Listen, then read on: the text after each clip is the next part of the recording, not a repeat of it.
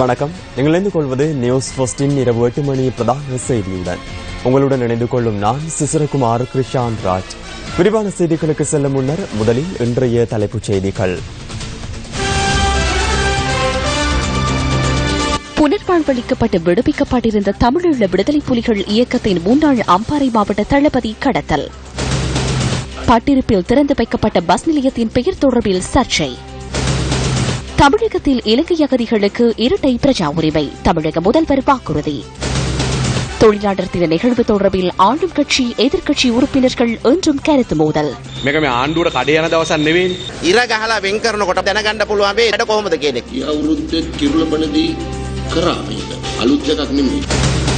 ஈக்குவடோர் நில அதிர்வில் பலியானோரின் எண்ணிக்கை 650 உயர்வு. இனி விரிவான செய்திகள். போதைப்பொருள் ஒழிப்பிற்கு பௌத்த விழுமியங்களின் ஊடாக தீர்வு காண வேண்டும் என ஜனாதிபதி மைத்ரிபால சிறிசேன தெரிவித்துள்ளார். அக்மிமன விகாரையில் நடைபெற்ற நிகழ்வொன்றின் போது ஜனாதிபதி இதனை கூறினார். அக்மிமன கபுகேன்வில ஸ்ரீ சுமங்கலோதயாராம விகாரையில் நேற்று இந்த நிகழ்வு இடம்பெற்றது.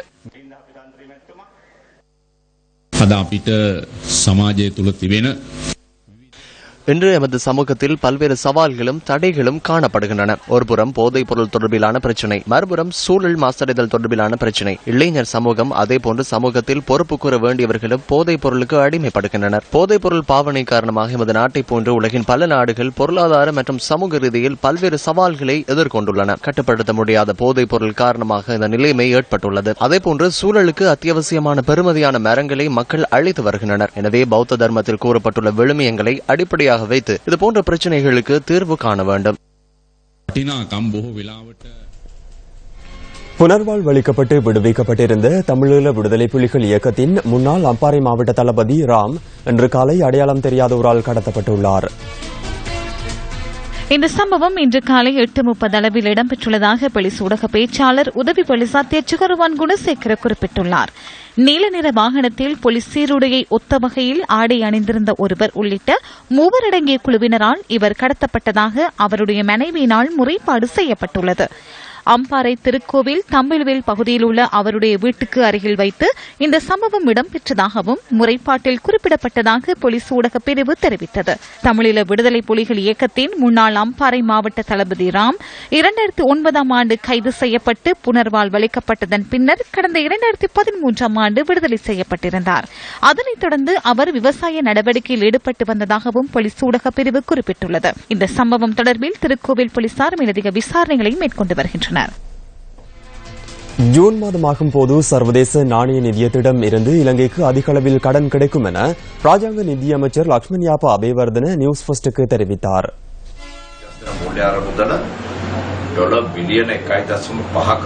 சர்வதேச நாணய நிதியத்திடம் 1.5 பில்லியன் அமெரிக்க டாலர் கடன் கிடைக்கும் என்பதில் எமக்கு நம்பிக்கை உள்ளது. குறிப்பாக ஜூன் மாதமாகும் போது அந்த கடன் கிடைக்கும் என எதிர்பார்க்கிறோம். சர்வதேச நாணய நிதியம் எந்த ஒரு சந்தர்ப்பத்திலும் நாடுகளை சிக்கலுக்குள்ளாக்கும் வகையில் யோசனைகளை முன்வைத்ததில்லை. எமது பொருளாதார முகாமைத்துவம் தொடர்பில் தற்போது எம்மிடம் வினவுகின்றனர். முதலில் எமது அரசாங்கத்தின் செலவுகளை குறைக்க வேண்டும். அதேபோன்று நட்டத்தை எதிர்நோக்கும் நிறுவனங்களை மறுசீரமைத்து அவற்றை லாபமீட்டும் நிறுவனங்களாக மாற்றுவதற்கு எதிர்பார்க்கிறோம். කරගන්න ආකාරය පිළිබඳ එකක් අපි රජයේ වියදම් අඩු කරන්න ඕන. ඒ වගේම පාඩු ලබන ආයතන කළමනාකාරී. பயிற்சி போட்டியின் போது காயமடைந்த இலங்கை கிரிக்கெட் அணியின் ஆரம்ப துடுப்பாட்ட வீரரான கௌஷல் சில்வாவின் நிலை தேறியுள்ளதாக இலங்கை கிரிக்கெட் நிறுவனம் தெரிவிக்கின்றது. ஸ்போர்ட்ஸ் ஃபர்ஸ்ட் வினவிய போது இலங்கை கிரிக்கெட் நிறுவனம் இதனை உறுதிப்படுத்தியது.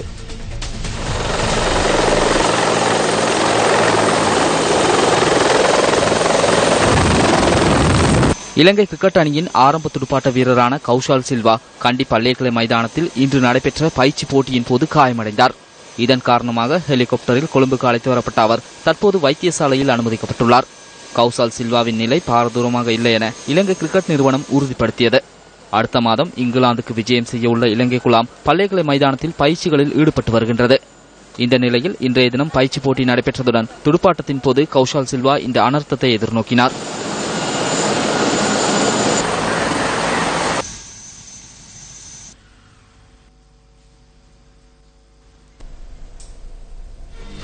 ஏழு வருடங்களின் பின்னர் ஸ்வீடன் வெளிவிவகார அமைச்சர் ஒருவர் 3 நாள் உத்தியோகபூர்வ விஜயம் மேற்கொண்டு இலங்கைக்கு வருகை தந்துள்ளார். 2009 ஆண்டு ஸ்வீடன் வெளிவிவகார அமைச்சராக இருந்த கார்ல் பில்ட் இலங்கைக்கு விஜயம் மேற்கொள்ள முயற்சித்த போதிலும் மஹிந்த ராஜபக்ச அரசாங்கம் விசா வழங்குவதை நிராகரித்தது. அன்றிலிருந்து ஸ்வீடனுக்கும் இலங்கைக்கும் இடையிலான உறவுகளில் விரிசல் ஏற்பட்டிருந்த நிலையில் உறவுகளை மீண்டும் வலுப்படுத்தும் நோக்கில் ஸ்வீடன் வெளிவிவகார அமைச்சர் மார்கட் வால்ஸ்டோமுக்கு இலங்கை வெளிவிவகார அமைச்சு அழைப்பு விடுத்திருந்தது. அதன் அடிப்படையில் மார்கட் வால்ஸ்டோம் உள்ளிட்ட 7 பேர் கொண்ட தூதுக்குழுவினர் இந்த விஜயத்தில் ஈடுபட்டுள்ளனர்.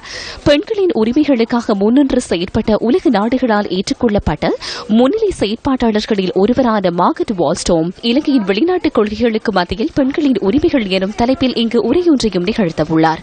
அத்துடன் அவர் யாழ்ப்பாணத்துக்கு சென்று நிலைமைகளை ஆராயவுள்ளார். மட்டக்களப்பு பட்டிருப்பில் அமைக்கப்பட்டுள்ள புதிய பஸ் தரிப்பிட நிலையத்தின் பெயர் தொடர்பில் சர்ச்சை எழுந்துள்ளது. இந்த பஸ் தரிப்பு நிலையத்திற்கு களுவாஞ்சிக்குடி பஸ் தரிப்பு நிலையம் என பெயரிடப்பட்டுள்ளமைக்கு எதிர்ப்பு தெரிவித்து பட்டிருப்பு மக்கள் இன்று ஆர்ப்பாட்டத்தில் ஈடுபட்டனர். பஸ் தரிப்பு நிலைய திறப்பு விழா நடைபெற்ற சந்தர்ப்பத்தில் இந்த ஆர்ப்பாட்டம் முன்னெடுக்கப்பட்டமை குறிப்பிடத்தக்கது. மட்டக்களப்பு பட்டிருப்பு பகுதியில் புதிதாக நிர்மாணிக்கப்பட்டுள்ள பஸ் தரிப்பு நிலையத்தின் திறப்பு விழா நடைபெறுவதற்கு முன்னர் ஆர்ப்பாட்டம் ஆரம்பமானது. பட்டிருப்பு சித்தி விநாயகர் ஆலயம் ஒன்றிலிருந்து ஆரம்பமான எதிர்ப்பு பேரணி பட்டிருப்பு பிரதான வீதியூடாக களுவாஞ்சிக்குடி பிரதான வீதியை சென்றடைந்தது. பட்டிருப்பு பஸ் தரிப்பு நிலையத்தை களுவாஞ்சிக்குடி பஸ் தரிப்பு நிலையமாக மாற்றி அவர்கள் இப்பொழுது திறப்பு விழா கொண்டாடுகின்றார்கள். எமது மக்கள் எங்கேயாவது ஆர்ப்பாட்டத்துக்கு போயுள்ளார்களா? இல்லை, அவர்கள் எங்களை ஏமாற்றிய காரணத்தினால் தான் நாங்கள் இப்பொழுது ஆர்ப்பாட்டத்துக்கு விளங்கியுள்ளோம். ஆர்ப்பாட்டம் முன்னெடுக்கப்பட்ட இடத்துக்கு அதிகளவான போலீசார் மற்றும் விசேட அதிரடிப்படையினர் அழைக்கப்பட்டிருந்தனர். ஆர்ப்பாட்டத்தை கட்டுப்படுத்துவதற்கு பாதுகாப்பு தரப்பினர் முயற்சித்துக் கொண்டிருந்த சந்தர்ப்பத்தில் திறப்பு விழாவில் கலந்து கொள்வதற்காக பிரதி அமைச்சர் அமீர் அலி வருகை தந்தார்.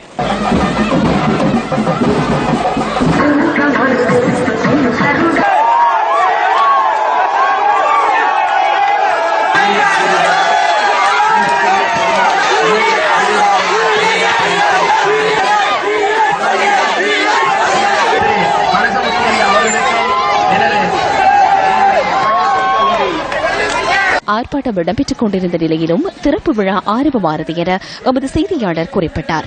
களுவாஞ்சிக்குடி பஸ் தரிப்பு நிலையமாக மாற்றி அமைக்கப்பட்டிருக்கின்றது. இதற்கு பட்டிருப்பு களுவாஞ்சிக்குடி என திறக்கப்பட வேண்டும் என்று நாங்கள் எமது பட்டிருப்பு கிராமம் சார்பாகவும் ஊர் மக்கள் சார்பாகவும் நாங்கள் தற்பொழுது திரண்டிருக்கின்றோம். புதிய பஸ் தரிப்பு நிலைய கட்டிடம் பிரதி அமைச்சர் MSS அமீர் அலியினால் திறந்து வைக்கப்பட்டது. ஒன்றுபட்டு நீங்கள் செயல்பட முடியாது என்று சொன்னால் எதிர்காலத்திலே வடக்கையும் கிழக்கையும் எவ்வாறு நீங்கள் இணைக்கப் போகிறீர்கள்? எவ்வாறு நம்முடைய அரசியல் தலைவர்கள் இதை பெற்றுத் தரப் போகிறார்கள்? ஒருமுறை அவர்கள் கூட்டாண்டி காட்டுகிறார்களா அல்லது நீங்கள் எல்லோரும் சேர்ந்து கூட்டாண்டி காட்டுகிறீர்களா என்பது எனக்கு தெரியாது. இந்த 2 கிராமம் பெற்ற பிரச்சனையை பேசிக் கொண்டிருப்பீர்கள் என்றால் எப்பொழுது ஐயா நீங்கள் வடக்கையும் கிழக்கையும் எங்களுக்கு இணைத்துத் தரப் போகிறீர்கள்? திறப்பு விழா நடைபெற்று முடிந்த பின்னரும் ஆர்ப்பாட்டம் தொடர்ந்து முன்னெடுக்கப்பட்ட நிலையில் ஆர்ப்பாட்டக்காரர்களுடன் பிரதி அமைச்சர் MSS அமீர் அலி கலந்துரையாடினார். நான் பில்டிங்கை கட்டி கொடுத்திருக்கிறேன், பேர் என்ன வைக்கல. நான்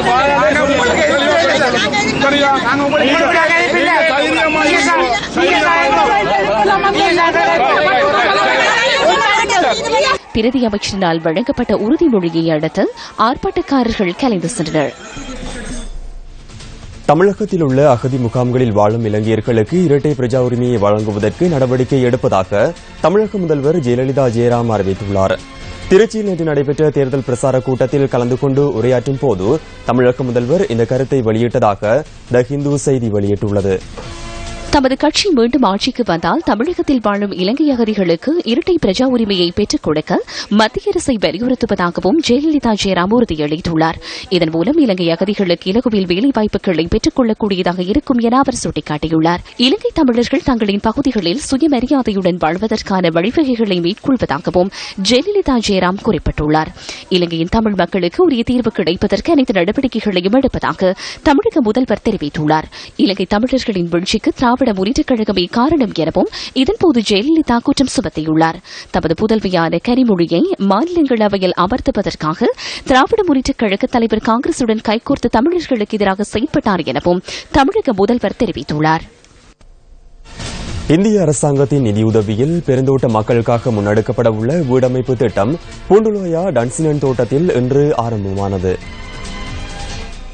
2020 ஆண்டளவில் பெருந்தோட்ட மக்களுக்காக 4000 வீடுகளை நிர்மாணித்துக் கொடுப்பதற்கு இந்திய அரசாங்கம் தீர்மானித்துள்ளது. இதன் முதற்கட்டமாக 404 வீடுகளை நிர்மாணிப்பதற்கான அடிக்கல் நாட்டும் விழா இலங்கைக்கான இந்திய உயர்ஸ்தானிகள் வைகி சின்ஹா தலைமையில் டன்சினன் தோட்டத்தில் இன்று நடைபெற்றது. அமைச்சர்கள், பாராளுமன்ற உறுப்பினர்கள் உள்ளிட்ட பலர் இந்த நிகழ்வில் கலந்து கொண்டிருந்தனர். I am happy to inform you that we have completed construction. வடக்கு மற்றும் கிழக்கு பகுதிகளில் 45,000 வீட்டு திட்டத்தை நிறைவு செய்ததையிட்டு நான் மகிழ்ச்சி அடைகின்றேன். மேலும் மத்திய மற்றும் ஊவா மாகாணங்களில் 4,000 வீடுகளை நிர்மாணிப்பதற்கு நாம் இன்று அடிக்கல் நாட்டியுள்ளோம். ஜெனீவாவிலிருந்து இலங்கைக்கு வருகை தந்த சர்வதேச செஞ்சிலுவை சங்கத்தின் பொதுச் செயலாளரின் வேண்டுகோளுக்கு அமைய இந்திய வீட்டு திட்டத்தின் கீழ் இந்த வீடுகள் நிர்மாணிக்கப்படவுள்ளன. வீடொன்றுக்கு தலா 9,50,000 ரூபாய் வீதம் 4 தவணைகளில் நேரடியாக விசேட வங்கிக் கணக்கினூடாக வழங்கவுள்ளோம். In 4 installments directly to the special bank account of the beneficiary. எங்களுடைய தோட்ட தொழிலாளி வீட்டுக்கு லயங்காமருக்கு போனா அங்க மகாத்மா காந்தி படம், சுபாஷ் சந்திர போஸ் படம் தான் இருக்கின்றது. இன்றைக்கு எங்க மக்கள் நினைச்சுக்கிட்டு இருக்காங்க எங்களுடைய தாய்நாடு இந்தியான்னு சொல்லி. ஏன்னு கேட்டா இந்த மக்களை 200 வருஷ காலமாக லயன் காமராஜை வச்சு ஒடுக்கி ஆண்ட காலம் இருந்துச்சு அரசாங்கங்கள். இந்த அரசாங்கம் வந்த பிறகு மேன்மை தங்கிய ஜனாதிபதி அவர்களும் பிரதமர் அவர்களும் எங்களுடைய கோரிக்கையை ஏற்றுக்கிட்டு இந்த மக்களுக்கான வீடு திட்டத்தையும் 7 பேச்சு காணியும் கொடுத்து எங்களையும் மற்ற சமூகம் போல இணையாக வாழ வைப்பதற்கு ஒரு சந்தர்ப்பத்தை ஏற்படுத்தியிருக்காங்க. எங்களுக்கு சிந்திக்கிறோம் எங்களுடைய தாய்நாடு இலங்கைன்னு சொல்லி. இந்த செயல்பாடானது உண்மையிலாகவே இந்திய நாட்டுக்கும் எங்களுக்கு கூடிய அந்த தொப்புள் கொடி உறவை இன்று பகிரங்கப்படுத்தி இருக்கின்றன. வடகிழக்கு தமிழர்கள் இருக்கின்றார்கள், முஸ்லிம் சகோதரர்கள் வாழ்ந்து கொண்டிருக்கின்றார்கள், அதே போல சிங்கள சகோதர மக்கள் வாழ்ந்து கொண்டிருக்கின்றார்கள். அவர் அனைவருக்கும் சமானமான முறையில் நாங்களும் நாட்டு மக்கள் என்ற முறையிலே வாழக்கூடிய சூழல் இன்று உருவாக்கப்பட்டிருக்கின்றது. வீடுகளை வழங்கும் பொழுதுதான் நாங்கள் இந்த நாட்டிலே ஏழைய மக்கள் சமானமான முறையிலே சுய மரியாதையுடன் தன்மானத்துடன் மலைநாடு தமிழ் தேசிய இடம் என்ற முறையிலே வாழக்கூடிய சூழல் உருவாக்கும் நினைக்கிறேன். 16ஆம் ஆண்டு இந்திய வம்சாவளி மக்கள் இலங்கைக்கு கொண்டு வரப்பட்டார்கள். இங்கு கொண்டு வந்து தேயிலை, ரப்பர், கொக்கோ போன்ற பயிர்களை பயிரிடுவதற்கும் புகையிரத பாதைகளை செப்பனிடுவதற்கும் எங்களை பாவித்தார்கள். அதற்கு பிறகு 200 ஆண்டுகளுக்கு பிறகு இன்றுதான் இந்திய அரசாங்கம் எங்களுக்கு ஒரு பெருந்தொகையான வீடு திட்டத்தை கொடுப்பதை நாங்கள் மட்டற்ற மகிழ்ச்சி அடைகின்றோம். இன்னும் நாங்கள் இந்தியாவை எங்களுடைய தாய்நாடு என்றுதான் சொல்லிக் கொண்டு வருகின்றோம். வவுனியாவில் நிர்மாணிக்கப்பட்ட சத்தோச கிளையை அமைச்சர் ரிஷாட் பதியுதீன் இன்று திறந்து வைத்தார். வடமாகாண சபை முன்வைத்திருக்கும் தீர்வு திட்டம் தொடர்பில் ஊடகவியலாளர்கள் எழுப்பிய கேள்விக்கு அமைச்சர் பதிலளித்தார். வடமாகாண சபை உறுப்பினர்களுக்கும் முதலமைச்சருக்கும் அதேபோல தமிழரசு கட்சியாக இருக்கலாம், அவர்களுக்கு தங்களுக்கு என்ன தேவை என்பதை சொல்லுவது அவர்களுக்கு உரிமை இருக்கிறது. ஆனால் அவர்கள் மற்ற இனத்தவர்களுக்கு எதை கொடுக்க வேண்டும் என்று சொல்வதற்கான உரிமை அவர்களுக்கு இல்லை. ஆனால் அவர்களுக்கான ஒரு நியாயமான தீர்வை முன்வைக்கின்ற உரிமையும் முன்வைக்கின்ற பொறுப்பும் அதிகபட்ச ஆதரவு மக்களுடைய ஆதரவும் அவர்களுக்கு இருக்கின்றது. ஆனால் முஸ்லிம் மக்கள் இந்த நாட்டிலே 9.6% மேற்பட்ட மக்கள் வாழுகிறார்கள். எனவே அவர்களுக்கு எதை கொடுக்க வேண்டும் என்று சொல்லுகின்ற உரிமை இவர்களுக்கு கிடையாது என்பதை அவர்கள் உணர்ந்து கொள்ள வேண்டும். கல்முனை சாய்ந்தமருது பகுதியில் நேற்று மாலை இடம்பெற்ற நிகழ்வில் கலந்து கொண்டு அமைச்சர் அப்துல் ஹலீம் கருத்து தெரிவித்தார். ஹஜ் முகவருக்கு பகிர்ந்தளிக்கும் திட்டத்தை மாற்றி ஹஜ் செல்வதற்காக ஹஜ்ஜாஜிகளுக்கு அந்த கோட்டாக்களை பெற்றுக் கொடுக்கான ஒரு வேலை திட்டத்தை அமுல்நடத்த இருக்கிறது. தற்போது 2 முகவர்கள் சுமார் 4.5 லட்சத்துக்கு இந்த ஹஜ்ஜாஜிகளை ஊட்டி செல்வதாக வாக்குறுதி அளித்துள்ளார்கள். கடந்த வருடத்திலே இந்த ஹஜ்ஜுக்காக அறப்படும் கட்டணம் சுமார் 8 லட்சம் 9 லட்சமாக அளவிடப்பட்டது.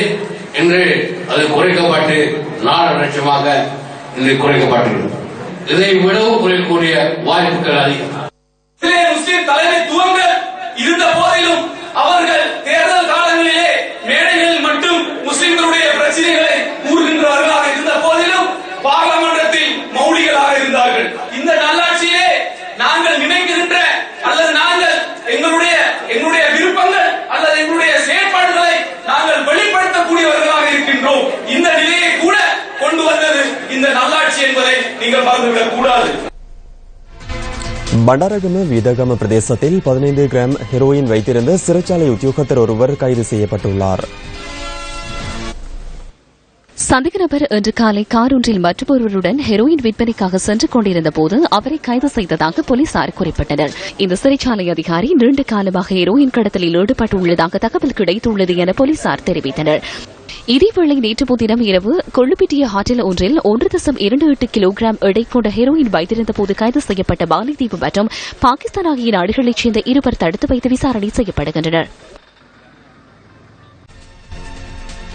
உத்தேச சம்பூர் அனல் மின் நிலைய திட்டத்திற்கு எதிர்ப்பு தெரிவித்து மூதூர் கிழக்கு தோப்பூர் பள்ளிக்குடியிருப்பு பகுதியில் மக்கள் ஆர்ப்பாட்டத்தில் ஈடுபட்டனர். பள்ளிக்குடியிருப்பு இந்து கல்லூரிக்கு அருகில் முன்னெடுக்கப்பட்ட இந்த ஆர்ப்பாட்டத்தில் அதிகளவிலான விவசாயிகள் கலந்து கொண்டிருந்தனர்.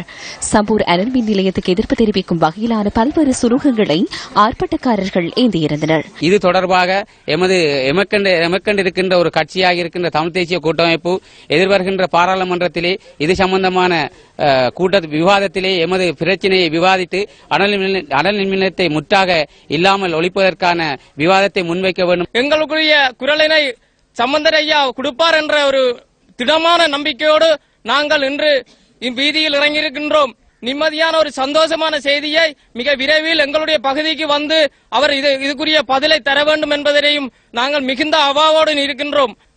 நாங்க தேர்தலில் வாக்களிச்சு சம்பந்தரையாவை நாங்க தான் அங்க தமிழ் தேசிய கூட்டமைப்பு எங்களோட மக்கள் சார்பா மக்களோட பிரச்சனையை கேட்கறதுக்காக அனுப்பியிருந்தோம். அது தொடர்பாக அவர் இதுவரைக்கும் வாயிலிருந்து எந்தவித ஒரு கருத்தும் கதைக்கல. இது மட்டும் இல்லாம இந்தியாவோட என்ன ஒப்பந்தத்தை என்னதுக்காக செய்தாரோ சரியா, அப்படி ஒரு ஒப்பந்தத்தில் அவர்கள் ஒரு அரசியல் சூழ்ச்சி இருக்கிற காரணத்தால இது சம்பந்தமா கதைக்கிறார்கள் நாங்க நினைக்கிறோம். தமிழ் மக்களாகி எங்களுக்காகவே நாங்க சம்பந்தரையாவை அங்க பாராளுமன்றத்துக்கு அனுப்பியிருக்கோம் எங்களுடைய பிரச்சனைகளை கதைப்பதற்காக. ஆனால் சம்பந்தரையா இந்த அனல் மின் உற்பத்தி நிலையத்தை முற்றாக எதிர்ப்பதாக எங்களுக்கு இதுவரைக்கும் தெரியவில்லை. ஏன் அவர் இப்படி மௌனமாக இருக்கிறார் என்பதை எங்களுக்கு தெரியாது. சம்பூரில் அனல் மின் உற்பத்தி நிலையம் அமைக்கப்பட்டால் தமது வாழ்வாதாரம் பாதிக்கப்படும் எனவும் இதன்போது மக்கள் சுட்டிக்காட்டினர். எங்களுடைய சம்பூரிலே அமைக்கப்படவிருக்கின்ற அனல் மின் நிலையத்தினால் மூதூர் வாழ் மக்கள், ஏன் திருகோணமலை மாவட்ட வாழ் சகல மக்களும் பாதிக்கப்படுவார்கள். சிங்களம், தமிழ், முஸ்லீம் இந்த பாகுபாடு இல்லாமல் திருகோணமலை மாவட்டமே பாதிக்கப்படும் என்ற கருத்துக்களிப்பை ஓங்கி ஒலித்துக் கொண்டிருக்கின்றன. மக்களுக்கு பயிற்சியைக்கோ வாழ்வாதாரத்துக்கோ எந்த தகுதியுமே இல்லாத தரிசு நிலங்கள் காணப்படுகின்றன. அத்தகைய நிலங்களிலே இந்த அனல் மின் நிலையத்தை நீங்கள் மாற்றி நடவடிக்கையை மேற்கொள்ளலாம்.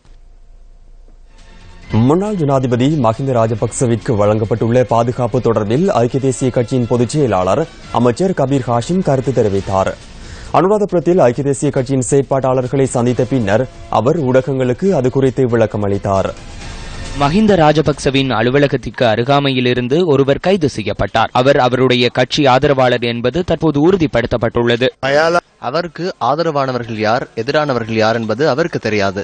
அவருக்குள்ளே மக்கள் தொடர்பில் நம்பிக்கை இல்லை என்றால் எம்மால் எதனையும் செய்ய முடியாது. அவருடைய பாதுகாப்பிற்காக அரசாங்கம் அனைத்து நடவடிக்கைகளையும் முன்னெடுக்கின்றது. அவர் அதிகாரத்தில் இருக்கும்போது சிலர் தன்னை மின்சார கதிரைக்கு அனுப்ப முயற்சிப்பதாக கூறி அழுதார். தற்போது அவர் அது குறித்து பேசுவதில்லை. ஜனாதிபதியும் பிரதமரும் அவருடைய பாதுகாப்பை பலப்படுத்தியுள்ளனர். அதனால் முன்னாள் ஜனாதிபதி அரசாங்கத்திற்கு நன்றி கூற கடமைப்பட்டுள்ளார். ஐக்கிய தேசிய கட்சியினரை ஸ்ரீலங்கா சுதந்திர கட்சியை பிளவுபடுத்துவதாக ஒன்றிணைந்த எதிர்க்கட்சியை குற்றம் சுமத்துகிறது. ஐக்கிய தேசிய கட்சி மற்றொரு கட்சியை பிளவுபடுத்தி எமது எதிர்காலத்தை பலப்படுத்த முயற்சிப்பதில்லை. மற்றைய கட்சிகளுக்கு அவர் செய்த விடயங்களின் விளைவே இது. அவர் இந்த நாட்டின் ஜனநாயகத்தை சீர்குலைக்க அனைத்து சிறிய அரசியல் கட்சிகளையும் பிளவுபடுத்துவதற்காக செயற்பட்டார். එතුමා මේ රටේ ප්‍රජාතන්ත්‍රවාදය විනාශ කරන්න සියලුම பெறுமதி சேர் வரி அதிகரிப்பு தொடர்பில் மக்கள் விடுதலை முன்னணி இன்று ஏற்பாடு செய்திருந்த ஊடக சந்திப்பில் விமர்சிக்கப்பட்டது. ஏப்ரல் 11 முதல் அமாத்தியன்ஸ்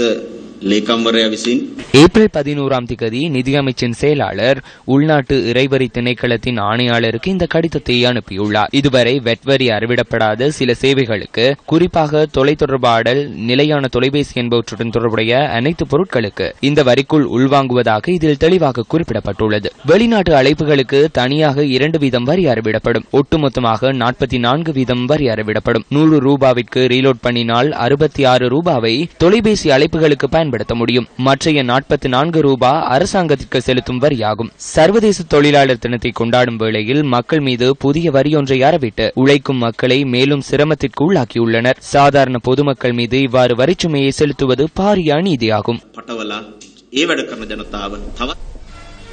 தொழிலாளர் தினம் உழைக்கும் மக்களின் உரிமைகளை விட அரசியல் அதிகாரங்களை பறிக்கும் விடயமாக மாறியுள்ளதாக அரசியல்வாதிகள் ஒருவருக்கு ஒருவர் குற்றம் சுமத்துகின்றனர். மே தினம் என்பது உழைக்கும் மக்கள் குரல் எழுப்புவதற்கான ஒரே ஒரு தினமாகும். இது அரசாங்கத்துக்கு சார்பாக செயற்படும் தினம் அல்ல. அதற்காக தனியான ஒரு தினத்தை உருவாக்கினால் அதனை செய்யுங்கள்.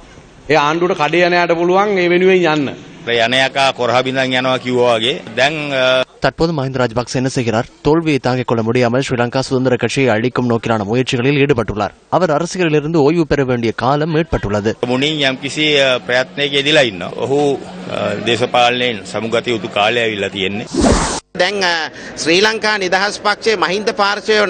இந்த பிளவு மேதின ஊர்வலத்துடன் முடிவுக்கு வரும். கோடிட்டு பெருக்கும் போது மைத்ரிபால சிறிசேன யார் என்பதனை நாட்டு மக்களுக்கும் மஹிந்த ராஜபக்சவிற்கும் அறிந்து கொள்ள முடியும். அவரது செயலாளரின் செயல் எவ்வாறு என்பதனையும் அறிந்து கொள்ள முடியும். செயலாளர் தொடர்பில் பேச முயற்சிப்பதில்லை. நான் அவரின் தந்தையுடன் அரசியல் செய்தவர். மே தினத்தில் தனியாக கலந்து கொண்டால் நடவடிக்கை எடுப்பதாக மத்திய செயற்குழுவில் தீர்மானம் எடுக்கப்படவில்லை. ஏனென்றால் நான் மத்திய செயற்குழுவின் உபதலைவர். இறுதியாக நடைபெற்ற மத்திய செயற்குழு கூட்டத்திலும் நான் கலந்து கொண்டேன். கட்சி ஒரு மேதின கூட்டத்தை நடத்தும். அந்த கூட்டம் காலியில் நடைபெறும். வேறு இடத்தில் மேதின கூட்டத்தை நடத்த முடியாது. ஒவ்வொருவர் இழுக்கும் திசைக்கு கட்சியை கொண்டு செல்ல முடியாது. ஐக்கிய தேசிய கட்சியின் சதித்திட்டத்திற்கு ஆளாகிய சிலருடன் இணைந்து இதனை செய்கிறார்களா என்பது எனக்கு தெரியாது. ஐக்கிய தேசிய கட்சியினர் ஒருபோதும் ஸ்ரீலங்கா சுதந்திர கட்சியின் மேதின கூட்டத்திற்கு செல்வதில்லை. அவர்களுக்கு பஸ் அல்ல ராக்கெட் வழங்கினாலும் செல்ல மாட்டார்கள். அவை பொய்யான விடயங்கள். அரசியலில் செல்லா காசுக்குள்ளானவர்களை இவ்வாறு முட்டாள்தனமாக பேசுவர். அவர் அங்கு காசு பெற்ற கட்டிய தம்மை மூட கதா பவசன்னே. ஸ்ரீலங்கா சுதந்திர கட்சியானது கட்சி என்ற வகையில் அதன் நோக்கங்கள் மற்றும் கொள்கைகளை எந்தளவு தூரத்திற்கு நடைமுறைப்படுத்துகிறது என்பதனை இம்முறை மே தினத்தின் பின்னர் தீர்மானிக்கப்படும். கடந்த வருடம் கிருளப்பனையில் இதனை செய்தனர். இது புதிய விடயம் அல்ல.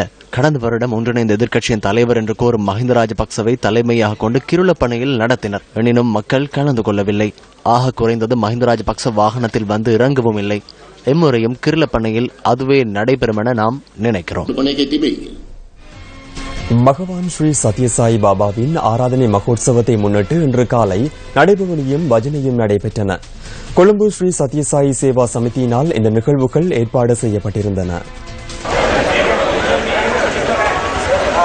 வெள்ளவத்தை ருத்ரா மாவட்டத்தில் உள்ள சிவானந்தா நிலையத்தில் ஸ்ரீ சத்ய சாய்பாபாவின் திருவுருவத்திற்கு ஆரத்தி காண்பிக்கப்பட்டதை அடுத்து இன்று காலை 6:30 அளவில் நடைபவனி ஆரம்பமானது.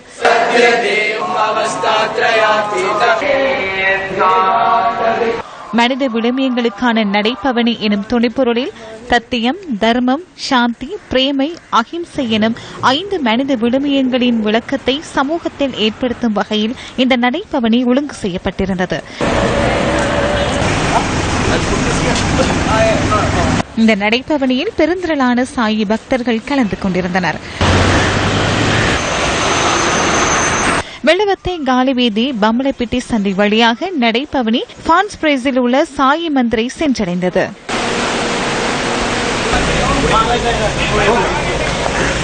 பகவான் பாபாவின் ஆராதனை மகோற்சவத்தை முன்னிட்டு சாயி மந்திரில் பஜனைகள் நடைபெற்றன. தொடர்ந்து மகாமங்கள ஆரத்தியுடன் ஆராதனை மகோற்சவ நிகழ்வுகள் நிறைவு பெற்றன. பகவான் ஸ்ரீ சத்ய சாய்பாபா 2011ஆம் ஆண்டு ஏப்ரல் 24ஆம் தேதி தன்னுடைய ஸ்தூல சரீரத்தை விட்டு மகா சமாதி அடைந்தமை குறிப்பிடத்தக்கது. மன்னார் பெரிய கட்டைக்காடு குளம் புனரமைக்கப்படாமையினால் நெற்றிகை மேற்கொள்ள முடியாதுள்ளதாக விவசாயிகள் தெரிவிக்கின்றனர். நானாட்டான் பிரதேச செயலகத்துக்குட்பட்ட பகுதியில் அமைந்துள்ள கட்டைக்காடு குளத்து நீரினை பயன்படுத்தி சுமார் 250 ஏக்கர் நெற்செய்கை மேற்கொள்ளப்பட்டு வருகின்றது. எனினும் குளம் ஆழமாக்கப்படாமையினால் அதிக நீரினை தேக்கி வைத்திருக்க முடியாதுள்ளதாக விவசாயிகள் தெரிவிக்கின்றனர். இதனால் சிறுபோக நெற்செய்கையினை மேற்கொள்வதற்கு நீர் போதுமானதாக இல்லை எனவும் விவசாயிகள் குறிப்பிடுகின்றனர். வடக்கின் வசந்தின் வேலை திட்டத்தின் கீழ் எங்கட பெரியகாடு குளம் எந்தவித அபிவிருத்தியும் செய்யவில்லை. குளம் 250 ஏக்கர் காணி விவசாயம் செய்கிறோம். இதுக்கு பெரியகாடு குளத்தில் 2000 ஆண்டுகளில் அந்த புனரமைப்பு செய்தது. அது குளத்துக்கு செய்யலை. விவசாயம் மேலும் பாதிக்கப்பட்டு வருது ஒவ்வொரு வருடமும். வடக்கின் வசந்தம் திட்டத்தின் கீழ் வடமாகாணத்தில் பல குளங்கள் புனரமைக்கப்பட்ட போதிலும் பெரிய கட்டைக்காடு குளம் புனரமைக்கப்படாமை தொடர்பில் விவசாயிகள் கவலை வெளியிடுகின்றனர். இந்த பெரிய கட்டைக்காட்டு குளம் 1944 இருந்து எங்களோட குளம் எந்தவித வேலையும் செய்யப்படவில்லை.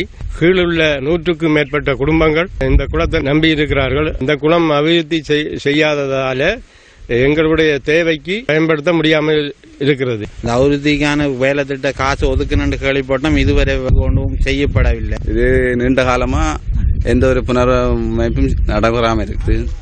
இதால குளத்துக்களை பயன்படுறார்கள் தண்ணி கொள்ளளவு இல்லாம வாய்க்கால் தூர்வாரப்படவில்லை, போற பாதை சரியில்லை, குளக்கட்டு சரியில்லை. குளக்கட்டுக்கோ நீர்ப்பாசனத்துக்கோ எந்த நிதியும் இதுவரை செலவிடப்படவும் இல்லை. நிறைவேற்று அதிகாரம் கொண்ட ஜனாதிபதி முறைமை தொடர்பில் தமிழ் தேசிய கூட்டமைப்பின் பாராளுமன்ற உறுப்பினர் M.A. சுமந்திரன் வெளியிட்ட கருத்து குறித்து மக்கள் அதிருப்தியை வெளியிட்டுள்ளனர். கடந்த நாளில் மட்டக்களப்பில் நடந்த கூட்டம் ஒன்றில் சுமந்திரன் அவர்கள் ஒரு புலியான கருத்து ஒன்று சொல்லிட்டு போயிருந்தார். கடந்த தேர்தலில் மஹிந்த ராஜபக்ச தோக்குறது காரணமே தமிழ் மக்கள் வாக்களிக்கல் என்றது எல்லாருக்கும் திட்ட தெளிவான விஷயம். அதே போல மைத்ரிபால சிறிசேன அவங்க வென்றதுதான் அது மக்களுக்கு புலியான ஒரு கருத்தாக தான் அது மக்களை திசை திருப்புற கருத்தாக இருக்குது. அவர் இப்படியான பிள்ளையான கருத்துக்களை சொல்லக்கூடாது. அதை விட இப்படி பிரதமர் முறையில் தமிழ் மக்கள் இந்த விதமான இதுவும் செய்ய முடியல. அதனால சுமந்திரன் அவர்கள் இப்படியான கருத்துக்களை சொல்லி தமிழ் மக்களை திசை திருப்புறதை இதோட நிறுத்திக் கொள்ள வேண்டும் என்று சுமந்திரன் அதிபதியின் இடமிருந்து எதனையும் பெற்றுக்கொள்ள முடியாது தமிழ் மக்களாகிய நாங்கள் என்ற கருத்தை முன்வைத்திருக்கிறார்கள். மஹிந்த ராஜபக்ச அவர்களுக்கு தமிழ் மக்கள் வாக்களிக்காததன் காரணமாக அவர் வெற்றியீட்டினார். இந்த முறை நடைபெற்ற தேர்தலில் தமிழ் மக்களும் அனைத்து வாக்குகளையும் மைத்திரிபால சிறிசேன அவர்களுக்கு வழங்கியதன் மூலம் மஹிந்த ராஜபக்ச அவர்கள் தோல்வியை தழுவினார்கள். ஒரு ஜனாதிபதியை தெரிவு செய்கின்ற தன்மையை பெற்றிருக்கின்றார்கள். நிர்ணய விலைக்கு நெல் கொள்வனவு செய்யப்படுவதாக அதிகாரிகள் கூறி வந்தாலும் சில பகுதிகளில் இந்த திட்டம் முறையாக அமல்படுத்தப்படுவதில்லை. வவுனியா பம்பைமடு கமநல சேவைகள் நிலையத்தினால் ஒரு தொகை நெல் மாத்திரம் நிர்ணய விலையில் ஒரு சில விவசாயிகளிடமிருந்து கொள்வனவு செய்யப்பட்டது. சித்திரை புது வருடத்துக்கு பின்னர் இதுவரை நெல் கொள்வனவு நடவடிக்கைகள் இடம்பெறவில்லை என விவசாயிகள் தெரிவிக்கின்றனர். எனினும் நெல்லினை நிர்ணய விலையில் வழங்குவதற்காக கமநல சேவைகள் நிலையத்திற்கு பலமுறை சென்றும் இதுவரை நெல்லை விற்பனை செய்ய முடியவில்லை என வவுனியா கல்மேடு பகுதி விவசாயிகள் கூறுகின்றனர். இங்கேருந்து வவுனியா 80 ரூபாய்க்கு ஏற்றி கொண்டு போனார் சொல்லிடு, திரும்ப அதை ஏற்றி கொண்டு சங்கத்தில் போட்டு இதை உடைய வெள்ளம் செய்யாமட்டு இருக்கலாம். இப்போ 2 தடவை கொண்டு போட்டுருக்கு. 5 வயலில் காயப்போட்டு கொண்டு போனாக்கா இப்போ டேட் போட்டு காய்ச்சல் திருப்பி விட்டாங்க. கடன்பட்டு விவசாயத்தினை மேற்கொண்ட விவசாயிகள் பொருளாதார சிக்கலை எதிர்நோக்கியுள்ளனர். செய்து போட்டு நாங்கள் கொடுக்க வழி இல்லாம கடன் கட்ட வழி இல்லாம இருக்கோம். அவரும் காலையில விலை குறைஞ்ச ஆம்பளை உதவி இல்லாம நாங்கள் இந்த வெள்ளாண்மை செய்தனாங்க. அதுல எனக்கு இவ்வளவு வருத்தம். இந்த வெயில் வழியா திரிஞ்சு மாடுகள் திரத்தி இந்த வெள்ளாண்மையோட இப்படி கிடந்து பாடுபட்டு இந்த வெள்ளாண்மையை செய்து போட்டு கடன் கட்ட வழியில கடன்காரன் பேசி போட்டு போறான ஒரு நாளும் அரசாங்கம் இந்த நெல்லி ஒரு விலைக்கு எடுக்குதில்லை. இத்துடன் நியூஸ் போஸ்டின் இரவு 8 மணி பிரதான செய்தி நிறைவு பெறுகின்றது. மீண்டும் சந்திக்கலாம் நியூஸ் போஸ்டின் 10:45 பிரதான செய்திகள். வணக்கம்.